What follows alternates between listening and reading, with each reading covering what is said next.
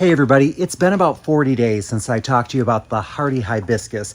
And back then around, what was it, May 24th, they were just kind of hibiscus stumps, little sticks with a little leaf coming off of them. A lot of them didn't have much to them. Well, a lot has changed in those 40 days. This is what they look like now. They're absolutely beautiful. They're huge, they're full, and they're growing taller and taller every single day. In fact, we've already had to spread them out because they've gotten so big. They took up all the space we gave them, and so we're actually moving some more, just trying to make more room for them because they have one of the best growth spurts of any plant I've ever seen. In fact, I went and grabbed the measuring stick because I wanted to see on some of these taller ones just how tall they got. This one here and several others clocked in at about 40 inches. That means that they have grown an average of 1 inch per day over the last 40 days. That's crazy. And that also makes it a really fun plant to have because I actually know people who have measuring sticks out in the garden so that they can go ahead and see how much it grows every single day. It also makes it kind of a fun plant to have with kids. So whether it's your kids, grandkids, or other family members, neighbor kids, it's fun to show them because just over the course of one day, there'll be a difference, much less if they're gone for a day or two. So really interesting one to kind of watch. Now, another thing I'm going to show you on these, they're already starting to get buds, and that's kind of another exciting thing. I'm going to get a close-up for these as I tell you more about it.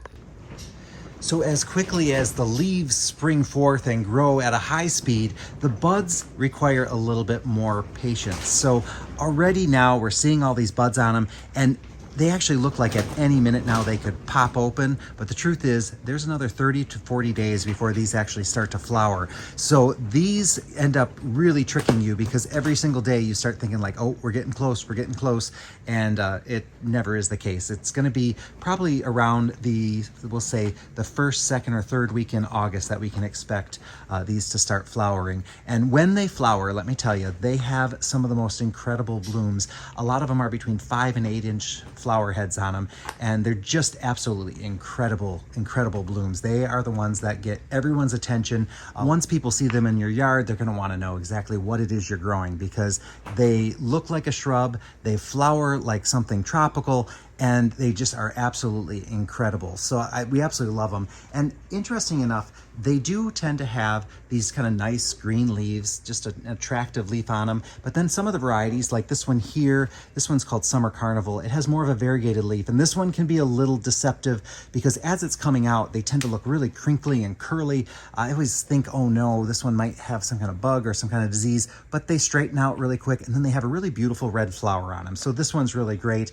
But some of the other varieties, like over here, Midnight Marvel and Holy Grail, these are going to have very dark purple leaves. But one thing that happens is here in the greenhouse, they don't get that coloring simply because the plastic in the greenhouse filters the light a little bit. So this is kind of the coloring they would probably have if they were more in a part sun environment.